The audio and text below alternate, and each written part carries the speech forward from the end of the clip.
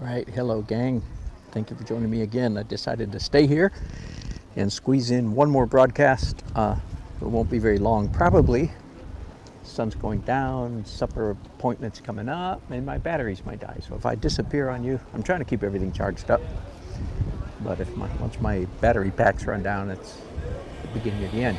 Anyway, look at that gorgeous view. The lighting is just fantastic. It gets prettier and prettier. I'm painting a view something like that right there. And the light now is so warm, it's just that golden hour. I took another picture just a minute ago, even though I doubt that I'm going to shift my painting quite that far, but it's a painting for another time possibly. Or a photograph for another painting is what I mean. All right, let's get started then. I think that umbrella might be in your way a little bit. Let's see.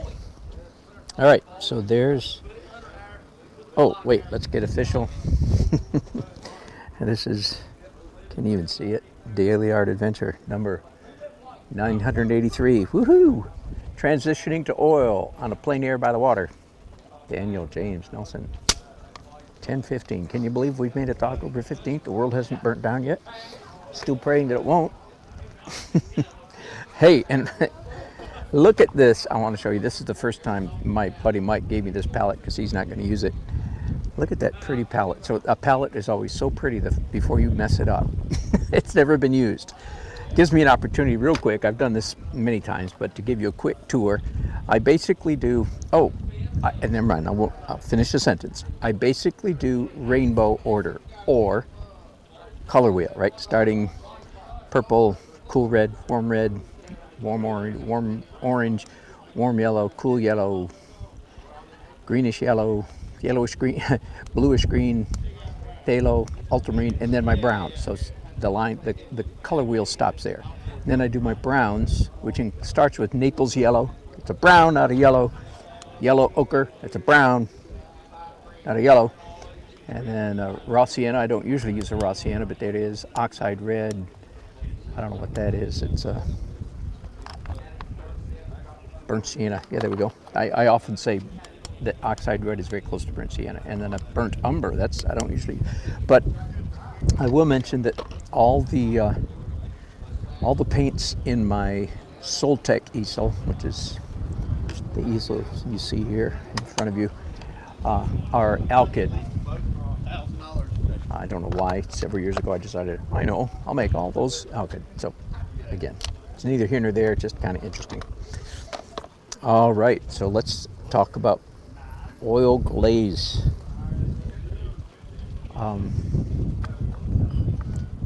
There's a lot of drawing, a lot of effort gone into getting things in the right place, as you can see with this subject matter, but not much thought about composition. I mean, composition about where the objects go, like that, but not real composition, not what I call real composition. So the glaze, I often say, or used to say, I guess, that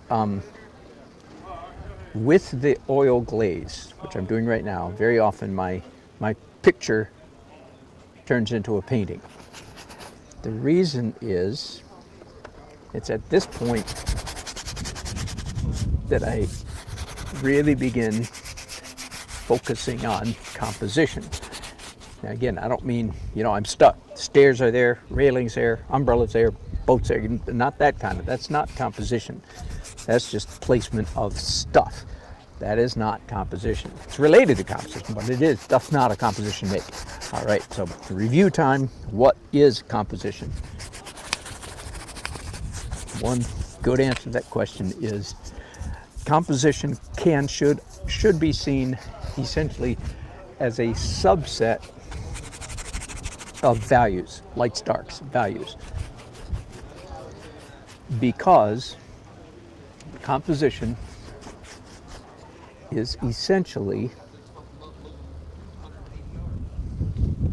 related to or a description of the large light and or dark, light and dark zones. I've used the word zone as opposed to light and dark things, even light and dark areas. I'm afraid for too many early journey painters, like they might look at this space under the stairs and say, "Ooh, there's a dark area." No. Yes, it is a dark area.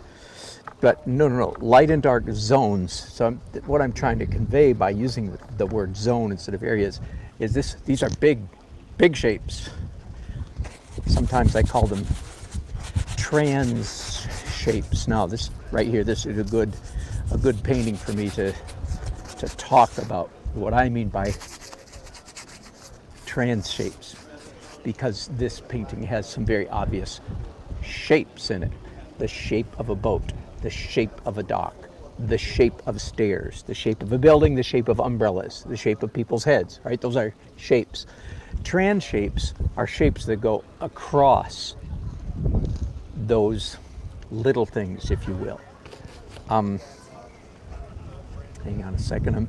So the last color I used, by the way, and most of you know this, but I'm using lots and lots of Liquin Original, the gel. This is my little Plein Air travel bottle. I'll use up just about that much Liquin in one painting, just about. So obviously, when I get back to my studio, I need to refill that from a bigger bottle. I try to keep all of my kits like this. My Soltech kit. It has its own brushes. It has its own medium. It has its own palette, and so on and so forth, so that I don't need to be remembering stuff. I'm going to wipe off these brushes, not swish them in the Gamsol, just get them somewhat cleaner here. All right, so trans shapes are the big shapes that transit, that go across the shape of a boat, shape of stairs, or shape of an umbrella, and so forth. And the trans shapes are delineated by light and dark. So like if half of this hull of this boat is dark and half is light, then the dark part might relate to some, anyway, that's getting too complicated. Let me just leave it like that. So composition refers primarily to the placement of these trans shapes, the major light and dark zones of a painting. All right, you with me so far? And it is often at this phase, at this stage of the painting, the glaze, the oil glaze, that the painting really begins, that I begin to focus on composition with some degree of seriousness. In other words, I begin to think about major light and dark zones at this stage, this phase of the painting. So that's why I say that often it is at the oil glaze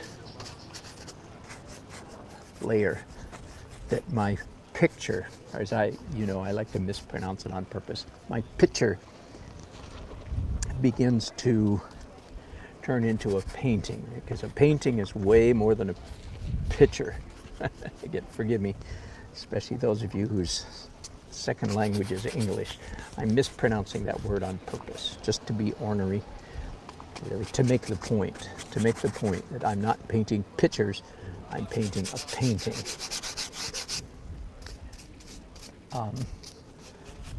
So usually I don't finish the glaze phase. I like the glaze phase. Don't leave the glaze phase until I have some pretty significant indication of trans shapes, of large light and dark, and know what it is. All right, now let's take one step further, and this is review for all you regulars. And again, forgive me, I don't my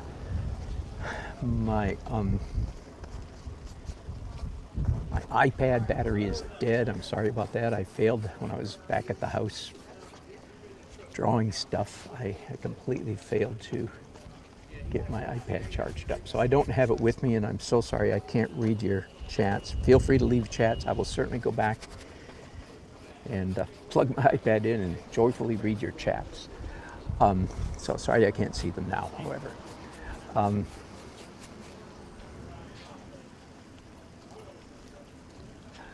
Okay, so I was going to say, so the next phase, not the next phase, the next step in understanding composition, that composition refers primarily to the large light and dark zones of your painting. All right, you ready?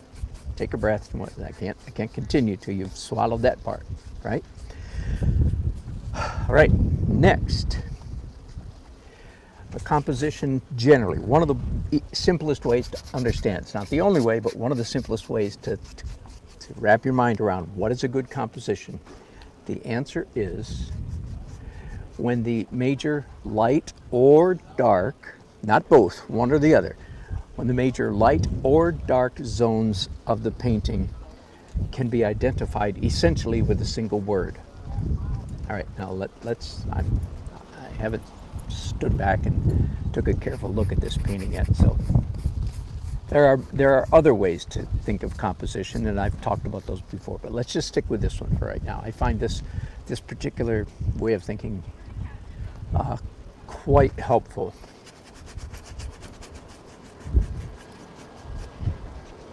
All right, I think I'm done putting glaze on. The next step is going to be using, in this case, paper towel and taking glaze off.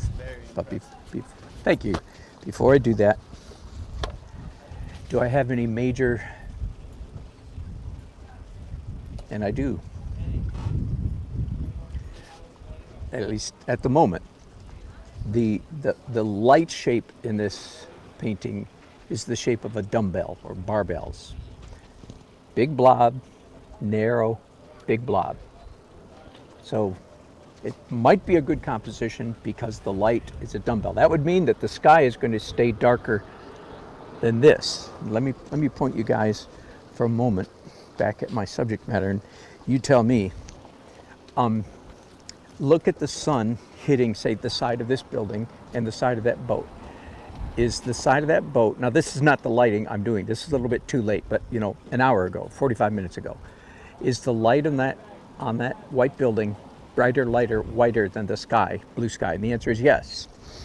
So by the way, that's violating, if you will, the standard landscape composition. Usually the sky is the lightest thing, but not if the sun is this low in the sky and if there's white subject matter. Okay, so well, that's another subject for another time.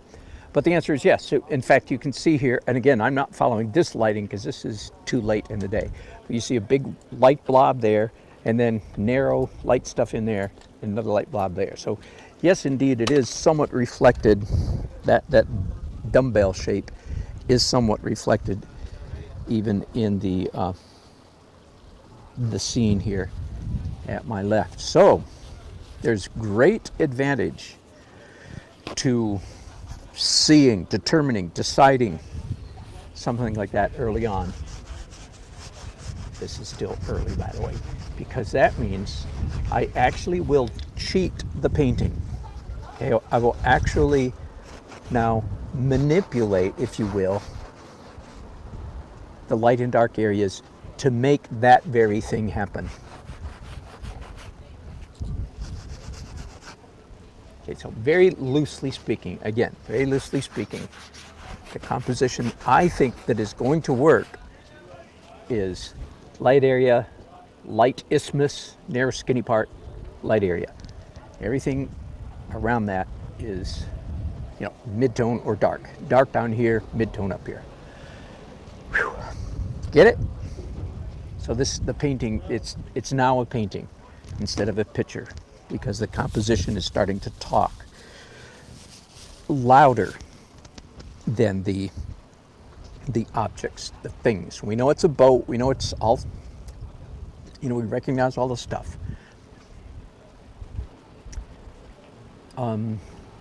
Pause here. My arms are folded, I'm leaning back, I'm looking. I have a number. Where do I go from here? Traditionally, I either do pencil next. Again, these Jerry's Artorama Jumbo Jet Black. Kind of a grease pencil, kind of like a Conti crayon. Wax base anyway, so oil base. They play very well with both water. You saw me using it in the acrylic stage, and they play well with oils here. It's very serendipitous discovery there. But I'm not going to do that here. Why? Because there's already quite a bit of pencil still visible from the last time I used them, so no pencil. In that case, typically what I do at this point is draw with brushes, draw dark details with brushes. But I'm thinking about, because there's other options. Fuzz layer would be another option.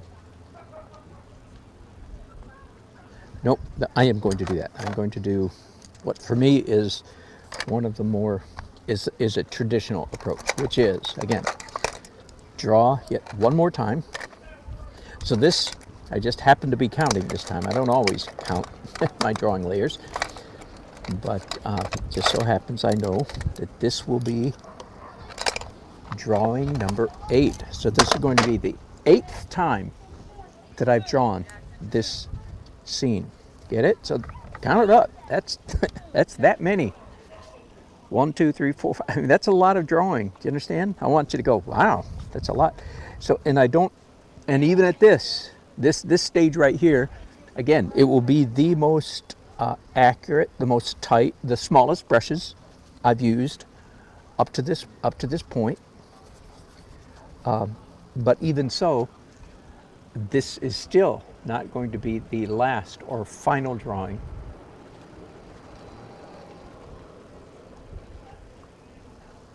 of the night, of the moment. Get it?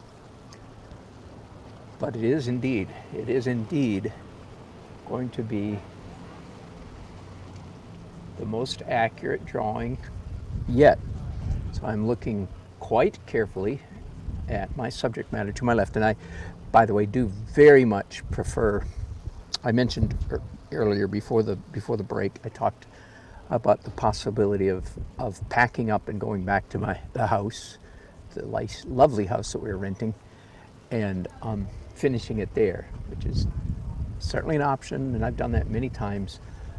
But I actually very much prefer staying here and drawing on location. Sort of for the very reason that if you're not a plein air painter, and that's nothing wrong with not being. I mean, the first time I did plein air painting essentially was 16 years ago, right? So I was 50 years old essentially the first time I went plein air painting. And so there's nothing wrong with, no shame. But most people, there's a pylon. Now, do I want to put it in there? And I think the answer is yes, but I want to move it back over here. There's an entire pylon that I've completely missed. 7 drawings in, and I've completely missed it every time. But I like it. I'm glad I noticed to put it in. Anyway, the very reason that plein air painting tends to be intimidating to the beginner, to the novice, is the very reasons why I like being out here. There's just no substitute for reality. I've taken about 6 or 7 photographs of this scene in front of me here now. But in spite of all the photographs that, of course, I can blow up on my computer, or you can blow up on my phone screen, I can print out, whatever I want to do, still, none of those photographs will convey a fraction of the information, visual information, that I am able to discern actually standing out here on location. Okay, so the very thing that makes it hard also makes it preferable.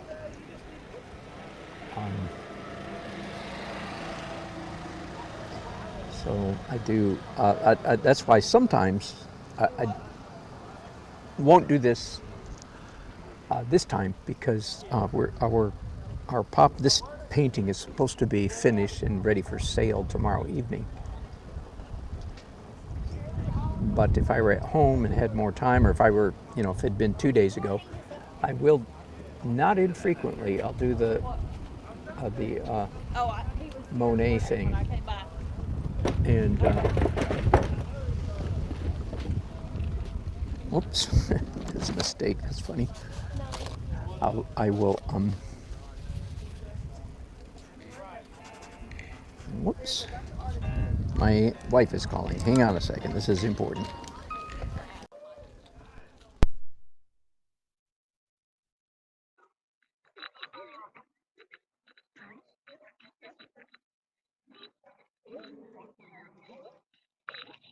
What? Flying what? Flying what? Flying what?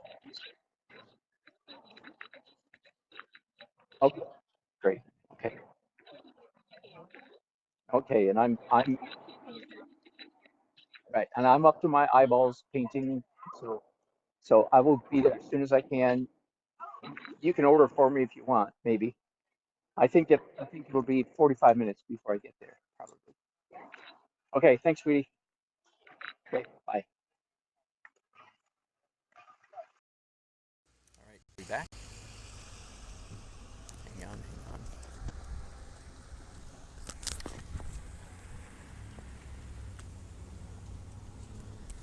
Good grief, come on. Come. All right, are we here? No, we are not. Bear with me just a minute.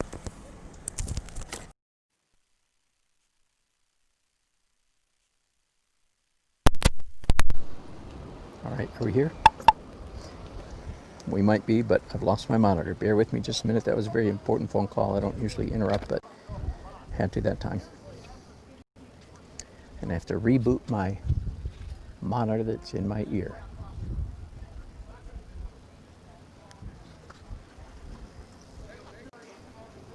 All right, are we here? We are. Okay, good. Those were my supper instructions coming in. So where was I?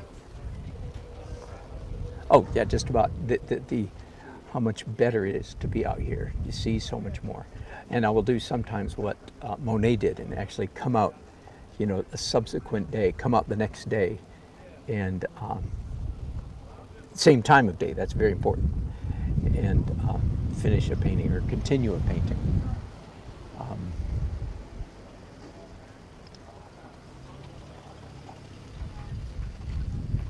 The second boat back there, I really did not do much. There's another pylon back there. I hadn't done much detail on that at all, so I'm way behind information. That was a decision I made. I consciously decided, I'll do that in the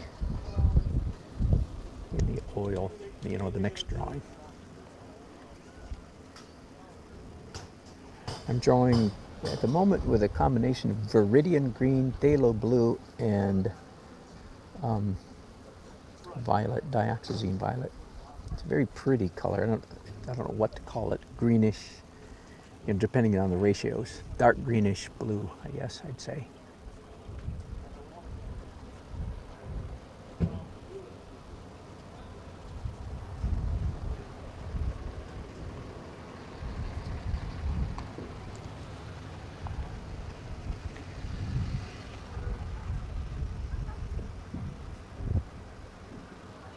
I've done a lot of paintings of marinas, fishing boats like this, and my confirmed opinion about how to paint them is, again, don't even necessarily try to capture every single antenna and pole and all kinds of stuff. It's just a cacophony of vertical shapes, white stuff catching the glint of the sun. So I just think of it as just a veritable forest of those shapes. The big poles going this way and the antennas going this way. And again, my goal is to capture the feel of it, the essence of it, not try to capture every single. Definitely want it to look like a bunch of boats at the dock in the marina.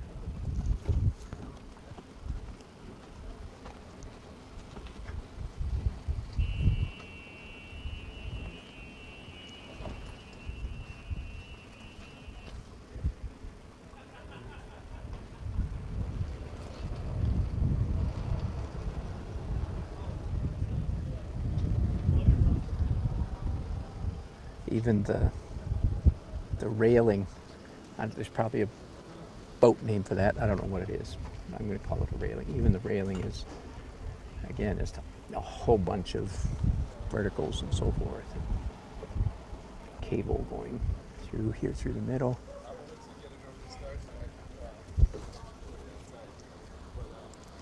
So this is probably soon here. It's a good place for me to finish up for the day. Hi, how are you? Good. Look at you, that's such a pretty spot. Did you have a chance to speak to Steven? Because the kind of detail that is called for now tends to make this, I think, rather boring viewing, because it's just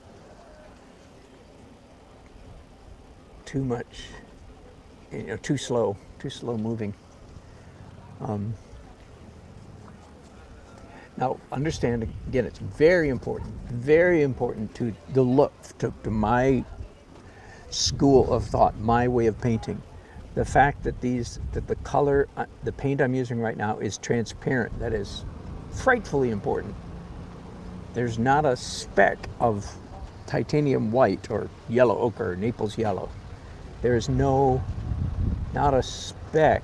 In fact, there's no titanium white on my palette yet. That will come later. There's so many that would violate so many rules. Let me just give you the blunt version. You get dark with transparent colors. Right now I'm drawing dark edges, dark lines, right? So I don't even need to tell you, of course, that I'm using transparent color. But some of you are new, so I maybe do need to tell you. You get dark with transparent colors and light with opaque colors. Not everybody in the world knows that. And there are some painters who are better and more famous and richer than I am who don't operate by that principle. Brace yourself. Ego alert, arrogant alert coming up. I could name names, but I won't. Just leave it at that. Not some artists whose work I admire greatly. They don't observe that rule. Okay, so not everybody does this. But here's the shocking statement. But they would be better if they did, right? And you're flabbergasted. Say, how can you say that? There's artists that are better than you, more famous than you, and more richer than you from their artwork. How can you be so arrogant? Okay, I have an answer to that question. It's very simple. It's not me versus, let's say, one of my favorites. It's not me versus Kevin McPherson, okay? I like Kevin a lot, personally, and I like his art, both. But it's not me versus Kevin McPherson. It's Rembrandt versus Kevin. In fact, it's every great painter before 1890. It's William Bouguereau versus Kevin McPherson, see? So in other words, my crazy way of painting, which is you get dark with transparents, light with opaques.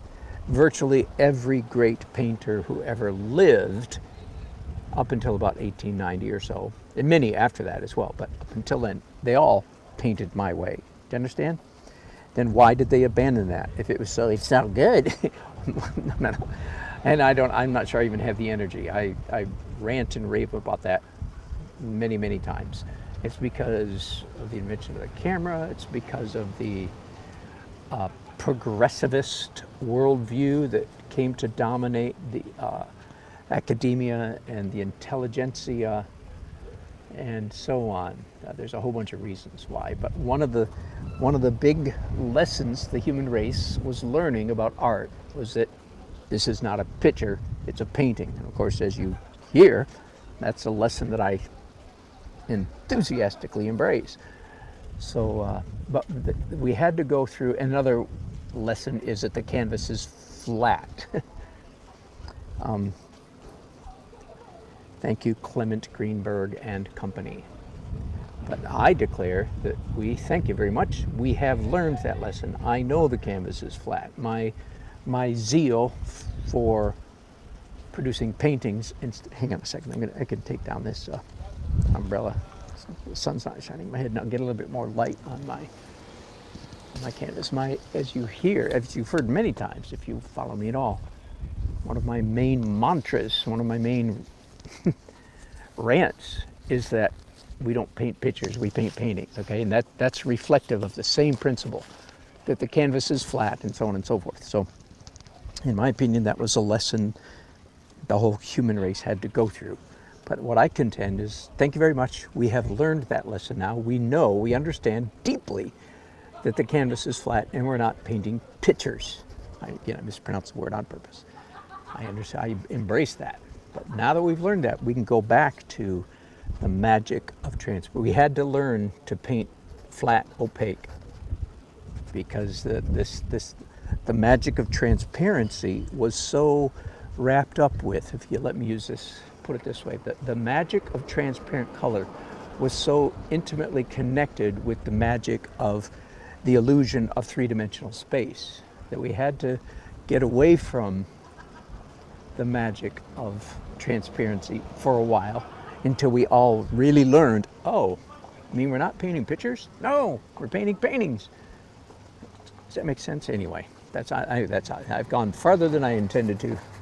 That's enough. So when I say not everybody paints the way I do, that's because again, in my generation, going back to my college professors and so on and so forth, they did not teach me to paint with transparent colors. They were all gaga, truly, about opacity. And my generation, so I'm in my mid-60s, my generation as a whole is still gaga about opacity. But I contend that, okay, lesson learned, got it. Now we can go back to creating, because I'm not painting hyper-realistic illusions of reality. I'm not painting pictures, I'm painting a painting, but I'm using transparent color. Why? Because transparent color is more beautiful. Of course, now the whole subject of beauty is another subject, but we'll save that for another time. All right, and my light is just about getting it away from me. I can't do much more painting in this light, so I think I'll call it quits right there. And that's actually, after doing the dark details, is a really good place to take a break, because everything I've just done should be dry in an hour, and then that means I can come back and do my fuzz layer right on top of this without picking up the dark stuff. Phew. Well, I hope you've had fun. I have. Again, sorry I can't read your comments because my iPad is dead. I'll go back to the house, plug it in, charge it up. I look forward to reading all the wonderful and amusing things that many of you have said during this last hour and a half. By the way, because I do a broadcast, after I finished my last broadcast, I discovered that I had spent just about exactly 1 hour doing the acrylic underpainting. And that was, I actually would have thought it was longer than that. It seemed longer to me, but it was just almost exactly 1 hour. And just to give you some sense of perspective, reality, I think it's fair to say that's hauling to get that much information. I'm not bragging here, I'm just trying to give you a sense of, does everybody paint like that? The answer is not. Some do. Some paint faster. Mike Rooney paints faster than I do because I have more layers than he does. But getting that much information down on the canvas, and not this much, I've done a little bit more, but back before I did the oil, is hauling. That's a lot of information. Anyway, let's call it a day before I say anything else embarrassing. Before I humiliate myself one more time. Let's call it. Oh, so it's such a great day out here. Whew. But I am tired. My feet are tired. Everything's tired. I'm hungry. I'm going to pack up and go eat lunch, supper with my wife and our friends. Okay, thanks for watching. Bye-bye.